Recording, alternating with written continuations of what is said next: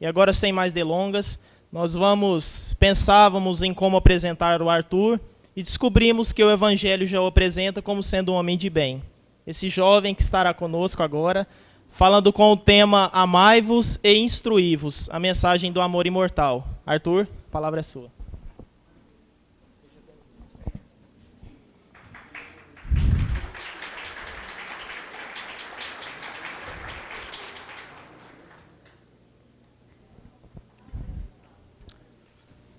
Muito longe estamos de lá ainda, mas já estamos a caminho e penso que aqui todos já estamos a caminho.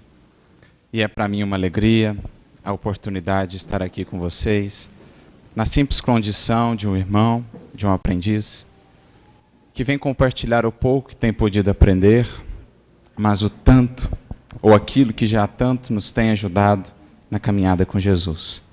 Então que Ele nos abençoe a todos, que nos sintamos aqui todos acolhidos pelo seu amor, pela sua bondade, e que possamos partilhar nesses momentos de reflexão do pão divino, da sua mensagem, que cada vez mais nos conscientizamos. É o que de fato nos alimenta, é o que de fato nos sustenta na caminhada para o bem. Então que Ele nos abençoe a todos, como a todos os tarefeiros da casa, nos dois planos da vida, que venham muitos anos de trabalho, que o trabalho possa crescer e florescer cada vez mais, na medida do empenho e da dedicação de cada um de vocês. É para a gente uma verdadeira alegria estar aqui partilhando desse ágape com todos vocês.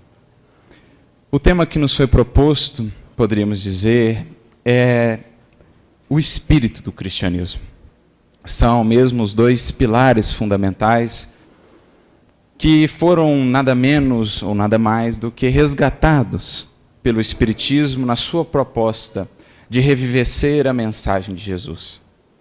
E para conduzir ou iniciar as nossas reflexões nesta noite, nós gostaríamos de convidar a todos a fazermos uma viagem àqueles tempos, permitindo-nos deixar momentaneamente o corpo, deixar momentaneamente para trás tudo aquilo que nos prende à rotina, ao dia a dia, às aflições do mundo e da vida, e voltarmos àqueles tempos em que o amor se encarnou e caminhou entre nós.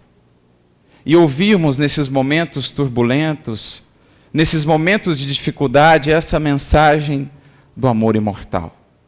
Nas palavras de Jesus, grafadas no Evangelho de Mateus, talvez alguns dos versículos mais conhecidos e mais consoladores de todo o Evangelho, que nós precisamos como nunca resgatar, e mais do que isso, sentir. Quando Jesus nos diz, e suas palavras ecoam para os séculos afora, como o mais belo cântico já ouvido pela humanidade, vinde a mim, todos vós que estáis cansados e sobrecarregados, e eu vos darei descanso. Tomai sobre vós o meu jugo, e aprendei de mim, que sou brando e humilde de coração, e encontrareis descanso para as vossas almas. Pois o meu jugo é suave e o meu fardo é leve. Será essa, ou serão essas, as palavras que nos alimentarão nesta noite? Será a partir dessas sementes que buscaremos aqui, na medida do nosso esforço de reflexão, com auxílio que o Espiritismo nos traz, tentar extrair delas o espírito da letra.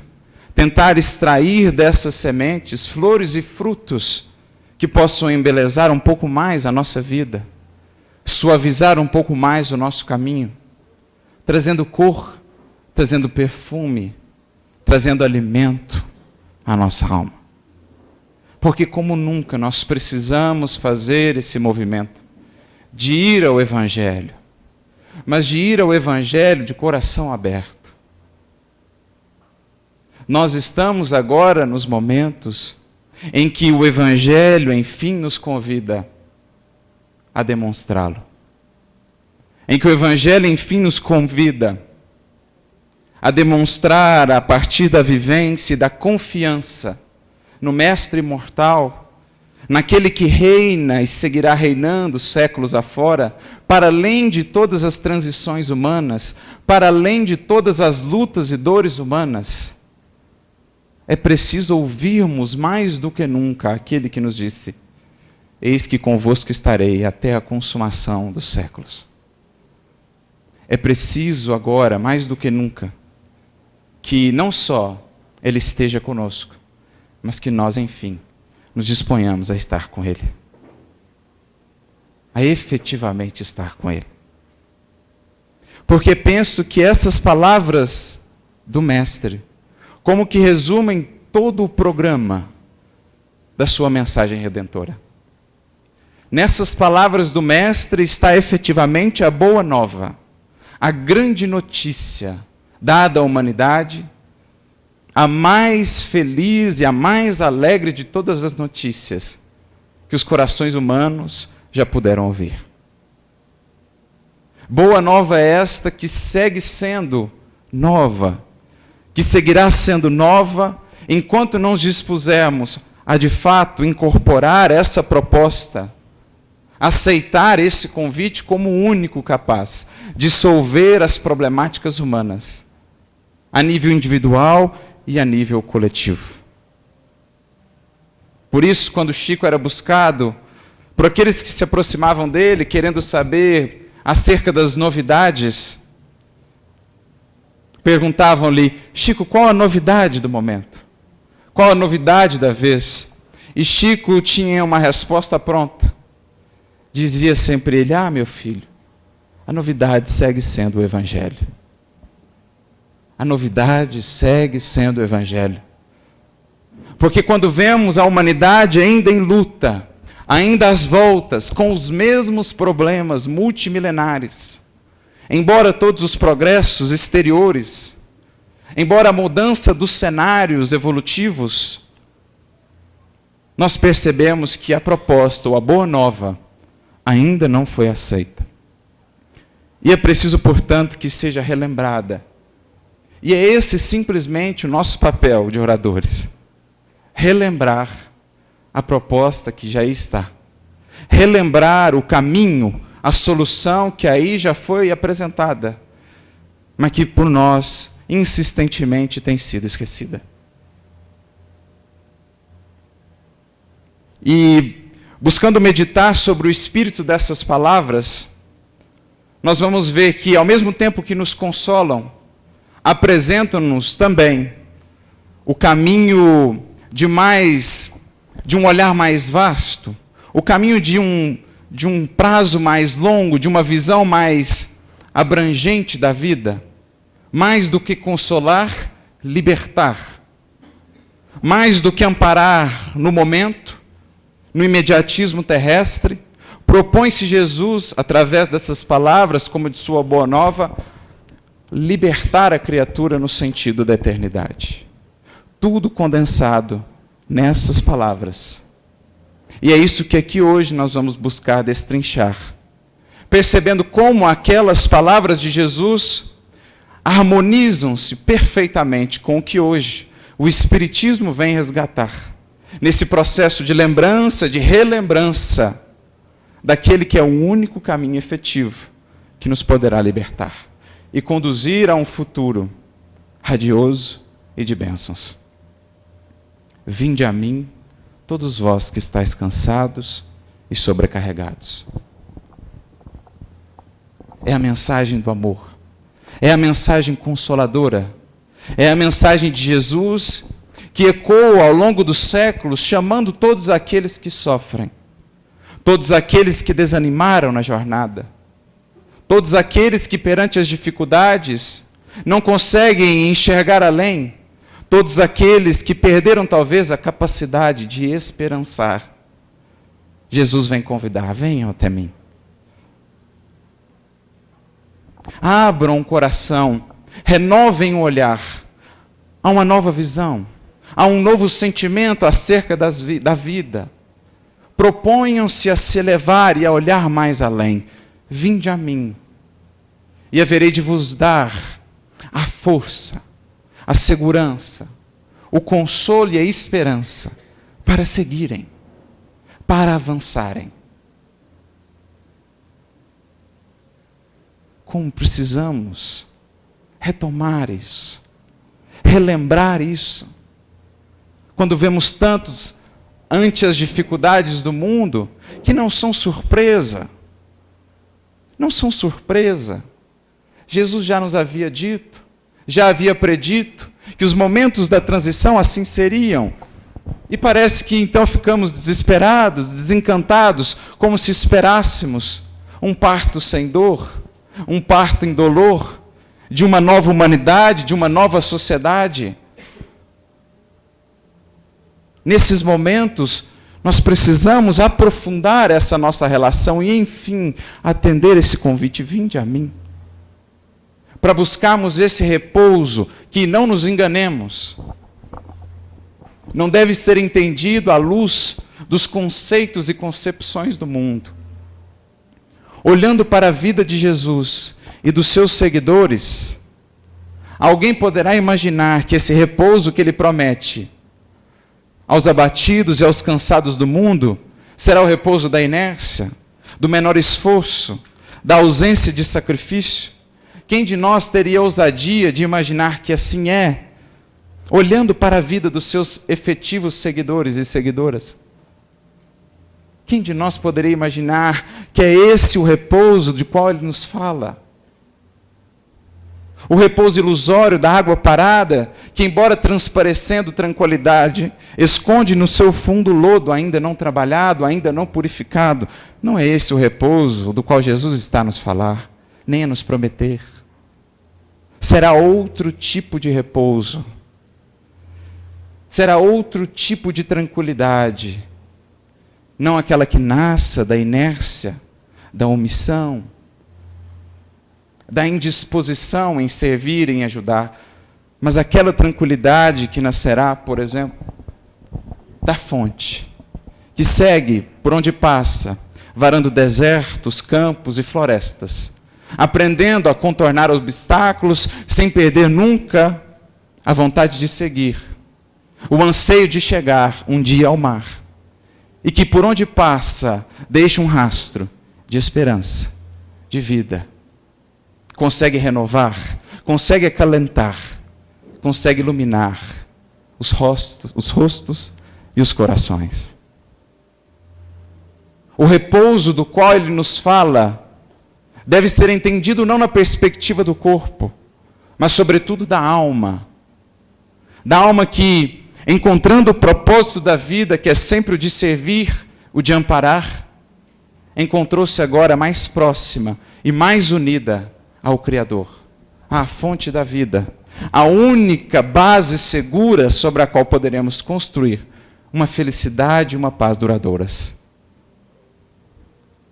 É, portanto, aquele equilíbrio, é, portanto, aquela tranquilidade que nasce não da fraqueza, não da indolência, não da indisciplina, mas que nasce da alma que no esforço por edificar-se a si mesma, por se construir no bem, por atender ao chamado da consciência, encontra por dentro aquela região de paz divina, apesar das circunstâncias exteriores muitas vezes serem as mais adversas.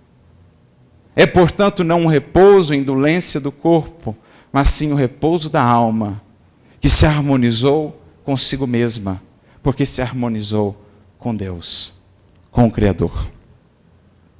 E não nos enganemos, inquietos, aflitos e angustiados estaremos enquanto não nos dispusermos a buscar este repouso, a buscar esta segurança. Como já dizia Santo Agostinho no seu livro Confissões, que narra essa sua jornada em busca desse repouso. Inquieto está o nosso coração, enquanto não repousar em ti. Referia-se ele a Deus. Inquieto estará o coração humano, enquanto não repousar em Deus. Enquanto não fincar bases sólidas nos valores do Espírito, nos valores imperecíveis. É a esse repouso, é a esse consolo, É a essa confiança que Jesus nos convida. Portanto, que ninguém se engane ao aceitar o convite de Jesus. Que ninguém se iluda aguardando menor esforço, aguardando isenção de luta, aguardando a ausência de sacrifícios. Ora, não é esse o cristianismo que os mártires nos mostraram. Não é esse o cristianismo que um Chico nos mostrou, que um Eurípides nos mostrou. É preciso entender e aprender a encontrar e a buscar essa paz para além das circunstâncias. Porque essa é a força do cristão. Aquele que, em meio à maior das tormentas, consegue conservar a serenidade, consegue conservar a confiança, para que seja, então, um instrumento do alto para pacificar. Porque em tempos turbulentos somos chamados, acima de tudo, a pacificar. A sermos aqueles que, onde outros não têm conseguido fazê-lo, pelo nosso esforço e sacrifício secundado pelo amparo de Jesus, consigamos nós fazer diferente. Onde outros não conseguiram amar, que sejamos nós aqueles a iniciar o reino do amor.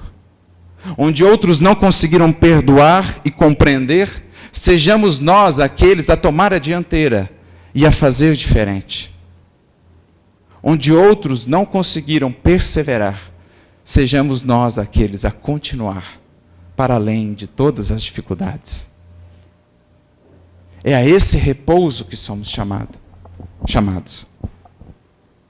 Um repouso, paradoxalmente, de luta crescente, mas de coração cada vez mais incandescente, no fogo acolhedor e iluminador do amor.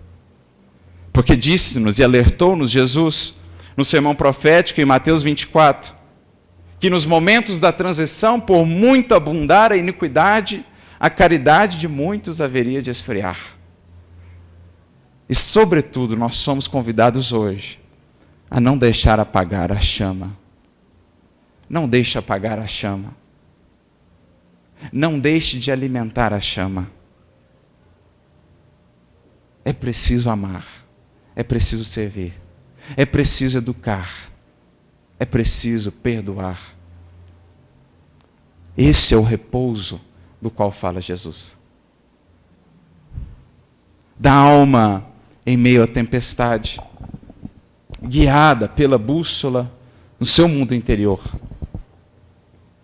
A alma que sabe que para além de toda dor, para além de toda cruz, há sempre uma ressurreição.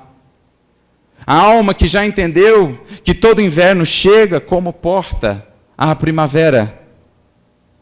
E que é depois dos invernos mais dolorosos da vida, dos momentos mais difíceis da jornada, que veremos sempre de frutificar e florescer com mais abundância, individualmente e coletivamente. Porque todas as crises humanas até hoje já foram superadas. As que temos hoje serão também superadas. Todas as crises que você já passou, você já as superou e aqui está. E as que está passando agora, boa notícia, um dia também irá superar. E sairá dela, se com paciência e perseverança, mais forte, mais feliz, mais maduro, mais afinado para ser nas mãos de Jesus um instrumento por meio do qual ele poderá tocar ao mundo o divino cântico da Boa Nova. Esse é o vinde a mim.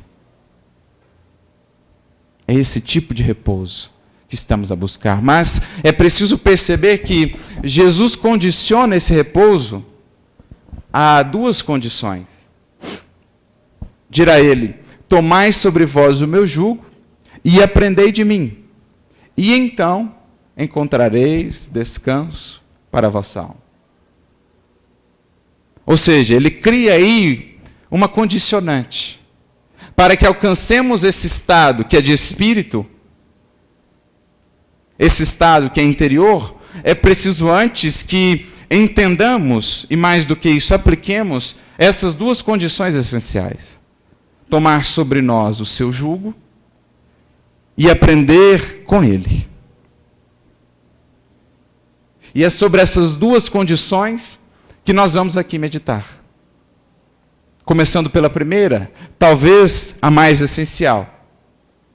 Para que entendamos essa expressão, precisamos voltar àquele contexto, àquela cultura e pensar, o que é esse jugo do qual Jesus nos fala? Para nós parece uma expressão diferente. Talvez muitos nunca tenham ouvido falar o que seja um jugo. Talvez muitos nunca tenham visto o que seja, o que é um jugo.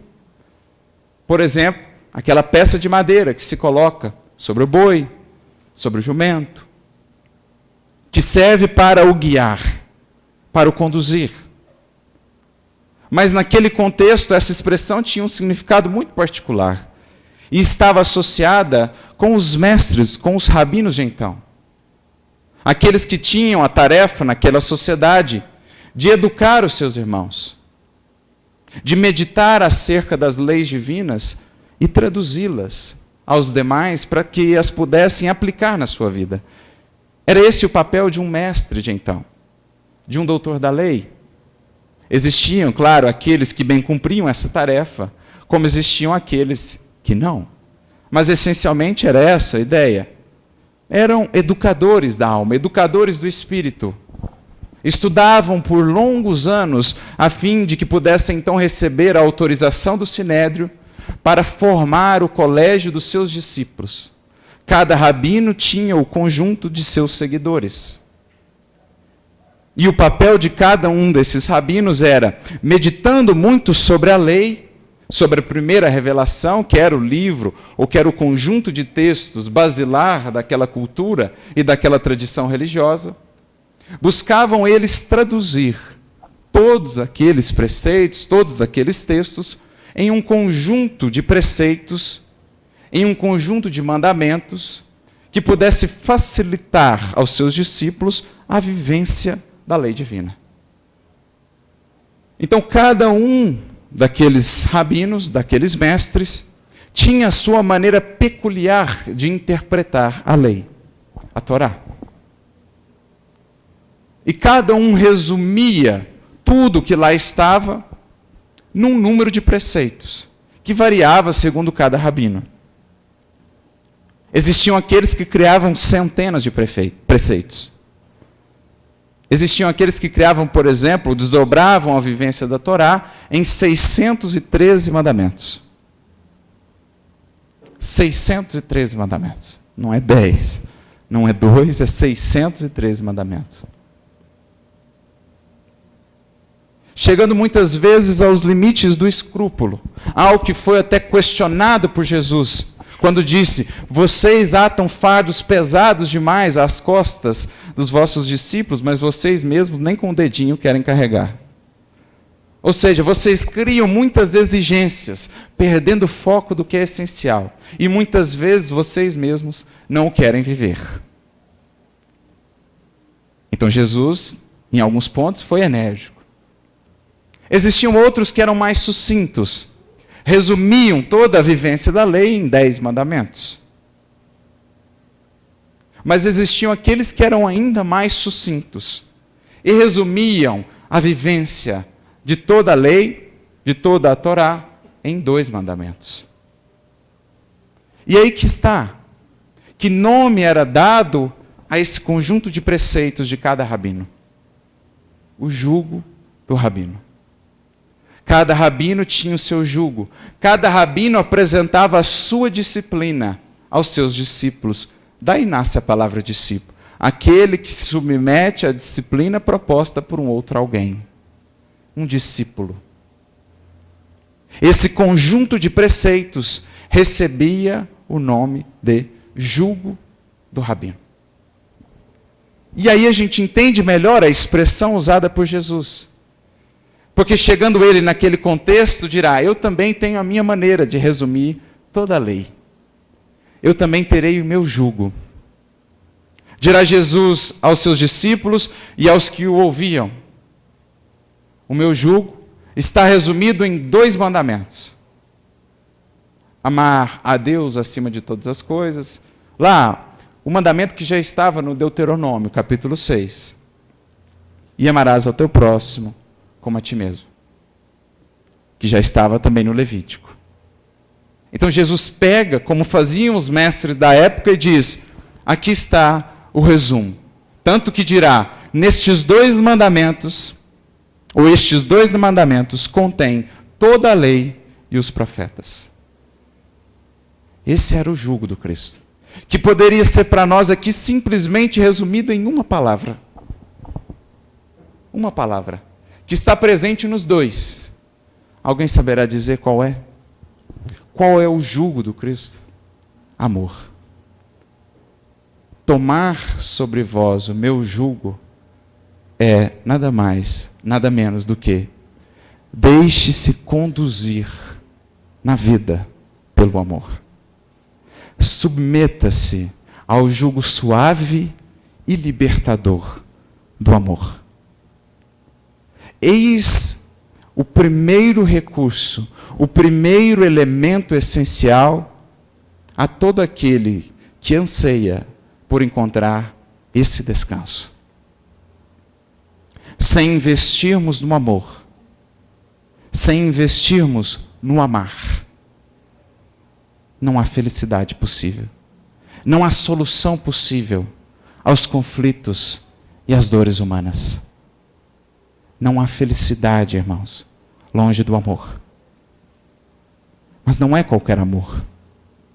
É o amor que Ele nos mostrou, que passou a ser dali por diante o eterno referencial. E é esse amor que somos convidados a buscar e a desenvolver, se quisermos de fato encontrar, sentir em nós essa paz, apesar de tudo. Apesar de tudo. É a esse amor que renuncia, é a esse amor que compreende, é a esse amor que perdoa, é esse amor que ampara, é esse amor que não exige nada, é a esse amor que Jesus nos convida. E como nós precisamos desse amor hoje. Em tempos em que se assoma a divisão, a polarização, a agressividade nos corações, não há outro caminho, meus irmãos, a não ser o amor. Mas é preciso que façamos esse esforço com Cristo, e Ele haverá de nos secundar, para ir além desse amor que simplesmente deseja, desse amor que espera receber. É preciso realmente aprender a amar. Daquele amor que Pedro, que todos os discípulos, aos poucos, foram aprendendo a cultivar. O amor que consegue enxergar sempre no outro a sua humanidade. E mais do que isso, a sua divindade, a sua essência divina. Aquele amor que não se prende na aparência, aquele amor que não enxerga no outro o que é transitório, aquele amor que sabe sempre destacar e alimentar o que há de bom em cada pessoa, e todas têm algo que nós possamos alimentar de bom. Todas. Porque quando nós entramos em contato com a sombra de alguém, quando nós entramos em contato com a imperfeição de alguém, não é para que nos detenhamos a julgar, a atacar, a rotular. É para que simplesmente nos disponhamos a ajudar naquilo que nos seja possível. Porque Jesus sabe muito bem o que há em cada um de nós. Então eu me recordo de um caso. Jesus pediu para Simão Pedro ajudar umas certas pessoas. Isso está numa história de Humberto de Campos, e então ele chama Petição de Jesus, o texto. Então Jesus estava muito ocupado, precisava sair. Fala: Pedro, tem um pessoal lá, tem uma irmã lá que está passando por uma enfermidade, uma dificuldade, eu queria que você fosse lá ajudar. Pedro aceita o chamado. E aí ele vai e ele começa a ver que as coisas não seriam tão fáceis assim. Ele começa a ver que o negócio ali na casa era bem complicado. Né? Um lá era bêbado, o outro lá alcoólatra, agressivo, o outro lá maledicente, o outro lá... E aí ele foi vendo, né? Foi ficando cada vez mais espantado com o que ele via. Daqui a pouco ele pensa, meu Deus, eu não posso falar de Deus aqui não. E saiu correndo, voltou para casa. Nossa, esse lugar aqui... Ele voltou e começou a falar para Jesus, não, mestre, lá não deu, lá estava difícil demais, o pessoal lá não... E ele vai falando, vai narrando a dificuldade de cada um, como se justificando, falando, olha, mestre, né, para você me entender que não dava. E aí Jesus vai olhando com um olhar angustiado para ele, e quando ele termina, assim, como que esperando a aprovação do mestre para a atitude dele, Jesus volta-se a ele e diz, Pedro, quando eu te enviei lá, eu já sabia que fulano era ladrão, eu já sabia que ciclana era meretriz, eu já sabia que o fulano era aquilo, eu já sabia que ele era aquilo outro. Eu simplesmente, Pedro, te pedi para ajudar, como fosse possível. Então isso nos faz repensar até onde o nosso amor vai. Porque só esse amor que vai além dos limites será capaz de redimir o mundo e pacificar os corações. Porque Jesus, já há 2000 anos, já dizia, se amais apenas do que vos amo, que fazeis de especial? Os publicanos também fazem. Então nós somos convidados, sobretudo com Jesus, a amar aquilo que aos olhos do mundo não parece amável. Aquele que não ama, aquele que odeia, aquele que persegue, aquele que agride. Porque será essa a única linguagem que ele será capaz de escutar, de entender. Porque, dirá Emmanuel, o mal para ceder terreno não entende senão a linguagem do verdadeiro bem. O orgulho a fim de renunciar aos seus propósitos infelizes não entende senão a humildade. Assim como o egoísmo, para ser vencido, só pode ser pelo espírito de fraternidade. Porque para vencer sombra, só se vence com luz. E é esse o amor que resplandece no Evangelho. É esse o amor que redime. É esse o amor que aos poucos liberta o nosso coração das ilusões e das paixões. É esse amor que, quando descoberto, se faz um tesouro tão grande em nossa alma, que naturalmente nos leva a nos despojarmos de muitas das necessidades fictícias e ilusórias que o mundo cria para nós. Porque muitas das nossas dores, muitas das nossas inquietações que consomem essa nossa tranquilidade ou esse nosso descanso da alma, nascem ainda dessas ilusões fictícias. Quando tentamos preencher o espaço que no nosso coração deveria ser do amor, com as ilusões do mundo. Da posse, do reconhecimento, da fama.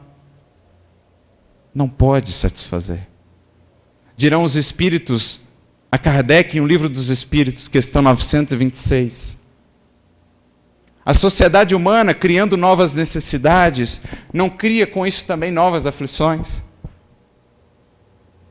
E quando olhamos para a nossa sociedade hoje, repleta de tantas distrações e requisições inúteis ao nosso coração, roubando-nos a paz, a gente consegue entender perfeitamente a resposta deles quando dizem: os vossos males estão na razão direta das necessidades fictícias que criais.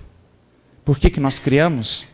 Porque a gente quer que preencha o vazio que deveria estar preenchido de amor. Porque quem encontrou o amor, não o que recebe, mas o que dá, encontrou o tesouro da vida. Como dirá o Espírito Protetor, no capítulo 8, item 11 do Evangelho segundo o Espiritismo: se tendes amor, possuís o que há de mais desejável na terra. Possuís a preciosíssima pérola, que nenhuma circunstância, que nenhuma pessoa vos poderá tomar. A preciosa pérola, sabe aquela narrada na parábola de Jesus, quando compara o reino àquele mercador de pérolas, que vivia no mundo a buscar pérolas, mas em determinado momento encontrou ele uma pérola tão preciosa, que ele falou, diante dessa, tudo mais é pobreza, tudo mais é miséria, tudo mais é bem pequenino, diante da grandeza e da riqueza dessa pérola.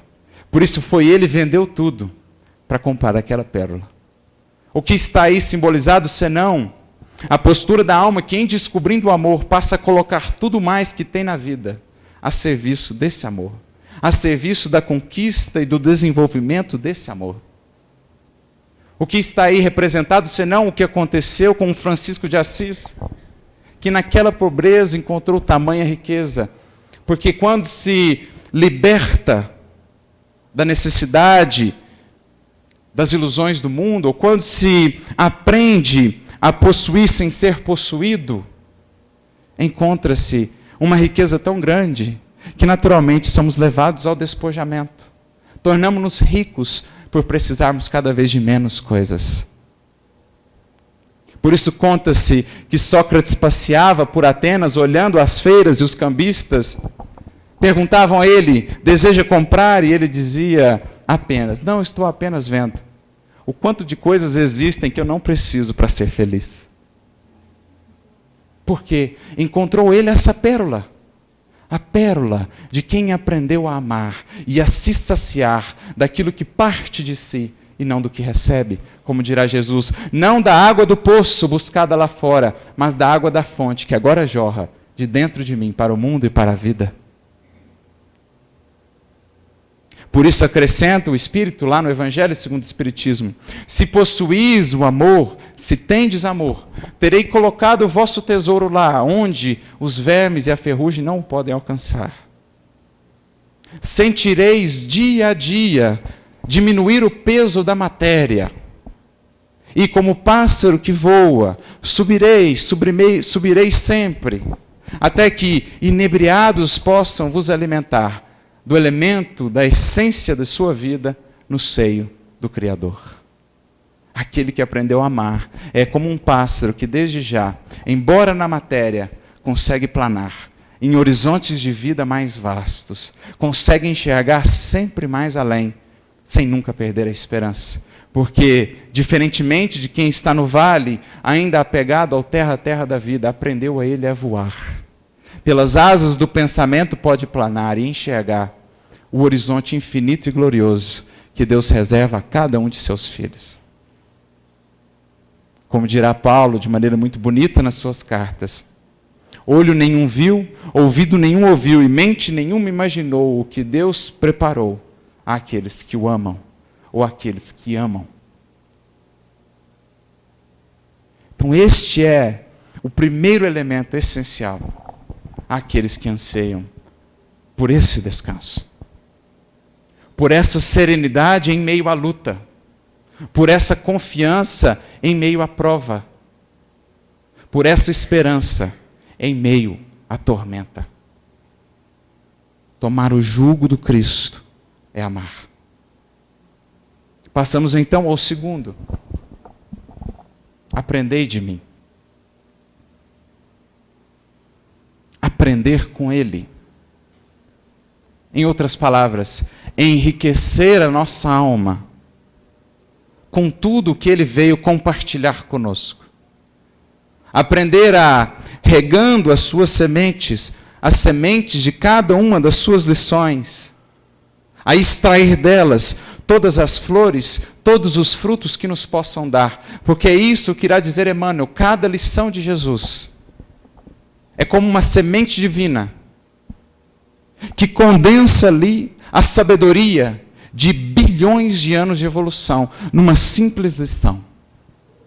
Algumas poucas palavras, que, segundo o nosso esforço, segundo a nossa disposição em regar essa semente, e o fazemos com a água do nosso suor e muitas vezes das nossas lágrimas, cada sementinha como essa haverá de frutificar. Dirá Emmanuel, cada lição do Cristo, cada parábola dele é como uma semente divina, destinada a frutificar ou a se converter numa árvore de misericórdia e de sabedoria para a humanidade ou para cada um que a souber cultivar.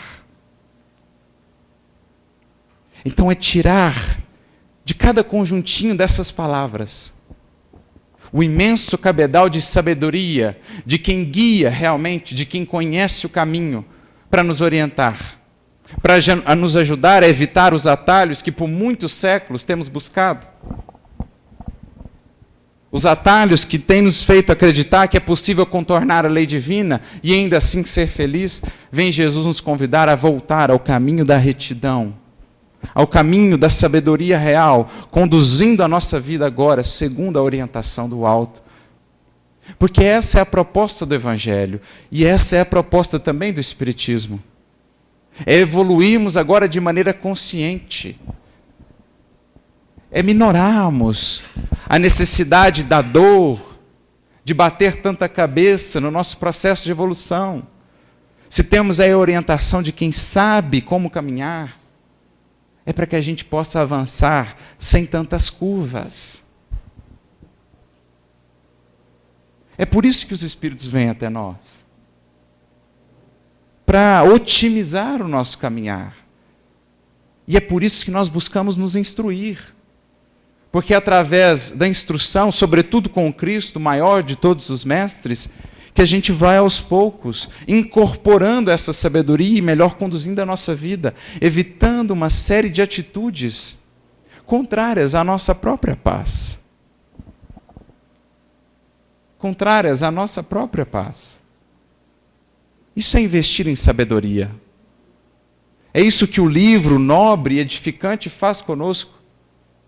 Por meio do estudo do Evangelho, do estudo de um livro nobre, nós não fazemos outra coisa senão nos conectar a esses que nos antecederam e agora incorporar todo o impulso evolutivo que nos vem trazer. As suas palavras e as suas lições como que fecundam a nossa alma quando ela está aberta, quando ela está disposta, e vão sempre florescer. Então, se o primeiro recurso é amar, o segundo será aprender. Investir sempre, em cada vez mais, em ampliar os nossos horizontes, em nos libertarmos das chagas e das trevas da ignorância, que nos acorrenta a uma vida muito aquém do que ela pode ser. Porque a proposta de vida com Cristo é muito mais do que simplesmente existir, muito mais do que simplesmente viver, é viver em abundância. Por isso dirá ele, e conhecereis a verdade, e a verdade vos libertará. E para nós, amigos, na terra, a verdade é Jesus Cristo. Outros nos trouxeram parcelas da verdade, mas ela resplandece como um sol em Cristo. Porque é Ele o maior representante do Pai neste orbe. É Ele que assumiu dele a incumbência de conduzir-nos a todos.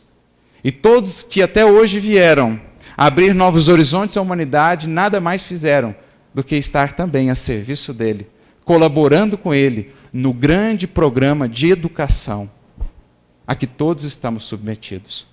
Porque, essencialmente, é este o projeto do Evangelho como do Espiritismo. Um projeto de educação. E não há educação sem amor e sem instrução.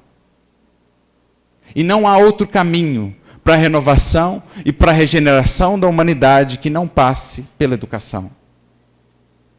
Todos os outros serão inócuos, todos os outros serão infrutíferos, se não investirmos em educação. Mas para que haja educação de fato, é preciso que a instrução esteja antecedida pela amorosidade, porque não há educação distante do amor. E um dos grandes problemas que aí temos hoje é justamente a instrução, ou o brilho da inteligência destituída da orientação, do amor e da caridade. Por isso o amor precede a instrução, como a dizer que somente num clima de amorosidade a instrução de fato se converterá em educação. Porque por muito tempo temos acreditado, embora já tantos missionários tenham nos demonstrado, que instruir é educar. Que compartilhar conhecimento será educar. Mas aí está o Evangelho a nos convidar a repensar. Aí está um Pestalozzi, antecedendo a obra do próprio Kardec, a nos convidar a lembrar que o amor é a base de toda educação. Amor, portanto, e instrução. Eis as duas condições que poderão conduzir cada alma, cada um de nós, como a humanidade em termos coletivos, enfim, a esse repouso. Ao repouso que será no íntimo de cada um, a serenidade da consciência tranquila e edificada no bem. E ao repouso que será um dia, no plano da coletividade, uma humanidade regida, orientada pela fraternidade, pela cooperação. Sem esses dois pilares, não há de fato renovação. E estamos aí há milênios patinando nesse aspecto, esquecendo-nos que a mensagem sempre esteve. E o Espiritismo, como falei, não veio nada mais do que nos lembrar da mesma orientação. Por isso vamos encontrar o Espírito de verdade dizendo-nos algo muito similar. Espíritas, amai-vos, eis o primeiro ensinamento. Espíritas, instruí-vos, eis o segundo. A mesma frase. A mesma frase. Os mesmos dois pilares que precisaram os Espíritos nos relembrar, a fim de ajudar-nos a encontrar o caminho para essa humanidade do porvir. Juntando esses dois pilares, todo jugo é suave e todo fardo é leve. Porque sob o jugo do amor, estamos livres, estamos, enfim, a caminho da libertação, do jugo pesado, do jugo que nos machuca de nossas paixões, da inveja, do ciúme, do ódio e da agressividade. Jugos que nos ferem, que nos limitam, que nos escravizam e nos impedem de avançar com mais serenidade no caminho em direção à luz. Com esses dois pilares estaremos agora caminhando mais leves, porque haveremos deixado para trás, enfim, o fardo da ignorância acerca de nós mesmos. O fardo do ódio, da desesperança. Estaremos agora leves, como aquele pássaro que aprendeu a voar porque desenvolveu essas duas asas. Assim, somente assim poderemos caminhar em direção ao futuro radioso que nos espera. Então venham os Espíritos nos lembrar que a proposta sempre esteve aí. E eu me recordo, certa feita, estávamos na reunião mediúnica,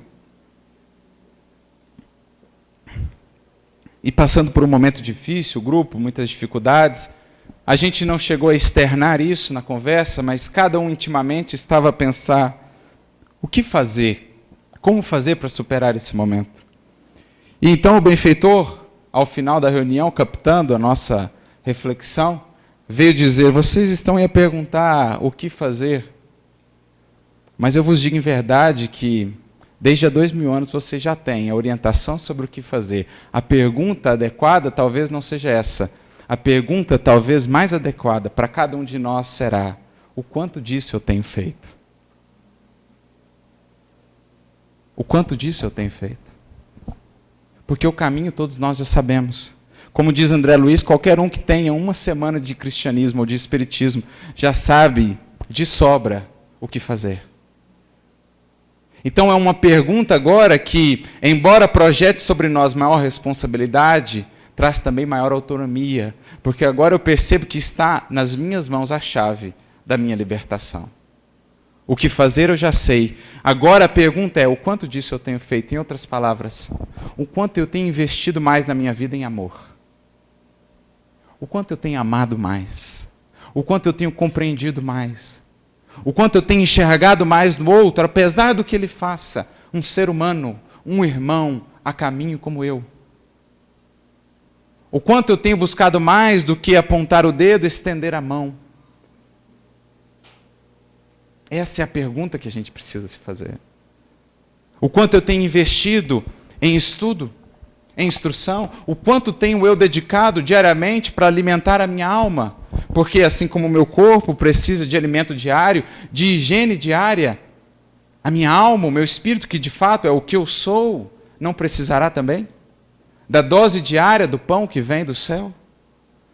Já nos dizia há 2000 anos Jesus: ninguém viverá somente do pão, mas de toda palavra que sai da boca de Deus. O estudo, a meditação acerca das leis divinas, a higiene mental que faço quando busco renovar o meu mundo interior, os meus pensamentos, com a água viva das lições que vertem do alto, da inspiração superior. O quanto tenho investido em ampliar horizontes, em me conhecer, em me libertar. Esse é o questionamento. E essa, como falávamos no início, ainda é a grande boa nova, a grande novidade. O banquete, a festa do reino, já está posto há 2000 anos. As núpcias da humanidade com o Criador já foram inauguradas há 2000 anos. O noivo já veio e está a apenas aguardar o chamado, ou a proposta, o aceite da noiva à humanidade. O casamento aí está, o banquete está posto, a mesa do amor e da paz aguarda a todos, está acessível a todos que quiserem entrar. Por isso, uma das frases que eu mais gosto de Emmanuel é aquela quando ele diz: eu sou um simples pregador de cartazes, convidando para a festa do reino. Porque muitos já entraram. O mundo já viu. Muitos que caminhando entre nós já entraram na festa do reino. E a boa notícia é e será sempre de que essa festa está ou é acessível a todos. A todos. De todas as culturas, de todas as etnias, de todas as classes, de todos os gêneros, de tudo que você pensar. Porque para entrar nessa festa, para adentrar nesse banquete e para experimentar dessa paz ou desse descanso, 2 ingredientes ou 2 exigências apenas há: amar e se instruir. Amai-vos e instruí-vos. Essa a senha, esse o convite que nos permitirá acessar essa festa. Então gostaria aqui de ler uma mensagem de Emmanuel que vai ressaltar para nós a importância de aprendermos a conjugar esses 2 elementos. Está no capítulo 4 do livro Pensamento e Vida, e dirá ele: já se disse que 2 asas conduzirão o espírito humano à presença de Deus. Uma chama-se amor e outra chama-se sabedoria. Pelo amor, que, acima de tudo, é serviço aos semelhantes, a criatura se ilumina e a formoseia por dentro, emitindo em favor dos outros o reflexo de suas próprias virtudes. Então o amor é o embelezar-se de dentro para fora. É o movimento que parte de nós no sentido de investirmos na vida, de investirmos no outro e, portanto, nos iluminarmos. E pela sabedoria que começa na aquisição do conhecimento, recolhe a influência dos vanguardeiros do progresso, que lhe comunicam os reflexos da própria grandeza, impelindo-a para o alto. Então a sabedoria é esse amparo que vem de fora, dos que já estão mais adiante, que vem também nos ajudar a subir. Através do amor, valorizamo-nos para a vida. Então, através do amor, eu invisto na vida. Eu me valorizo para a vida. E através da sabedoria, somos pela vida valorizados.